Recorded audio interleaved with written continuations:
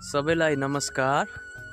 आज चाहिँ म चाहिँ तपाईहरुको अगाडि एउटा छोटो सर्ट्स लिएर आएको छु हो, जुन चाहिँ रिलेटेड अलैँचीसँग हुँदैछ। यहाँ अब पछाडि देख्नु हुँदैछ मेरो पछाडि अलैँची बारी वरिपरि घुम्दा देख्नु हुँदैछ हो। म यसको देखाउँदैछु ल फुल भिडियो चाहिँ। अनि तपाईलाई म यो भिडियोमा चाहिँ के जानकारी दिँदैछु भने अलैँचीको अहिले एकदमै सिजन छ, पिक सिजन छ हो, जुन चाहिँ फल्नु एकदम फल्दै गरेको छ। अन्त रोप्ने पनि एकदम टाइम हो, अहिले चाहिँ एकदम सिजन छ।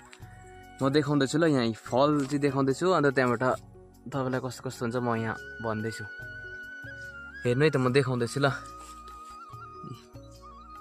यहाँनिर चाहिँ छ। यो चाहिँ भर्खर बिरुवा झाङ्गो, यो चाहिँ 2 वर्षको मात्रै हो। अन्त यसमा चाहिँ अब त्यस्तो अहिले नै फर्स्टमै फलिहाल्दैन, मुनि दाना लाग्दैछ। यसको अलिक टाइम लाग्छ उँभो दाना लाग्नु चाहिँ हो, अझै 10-12 दिन पछाडि मात्रै उँभो फुलेकोमा लाग्छ, फेदमा लाग्छ पहिला हो। यहाँ मुनि देख्नु हुँदैछ, यो चाहिँ हो, यो चाहिँ बिरुवा झाङमा हो।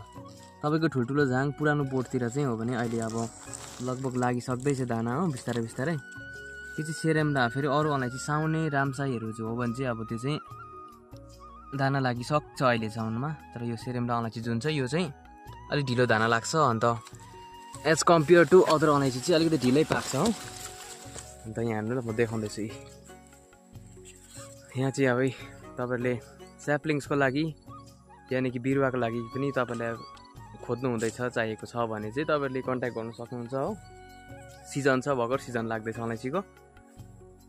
अन्त तपाईँले मलाई एउटा कन्ट्याक्ट गरेर मिलाइदिनु भन्नु पनि सक्नुहुन्छ, म मिलाउनु पनि सक्छु अलैँची हो तपाईँलाई बिरुवा स्याप्लिङ्स चाहिँ राम्रो अलैँची।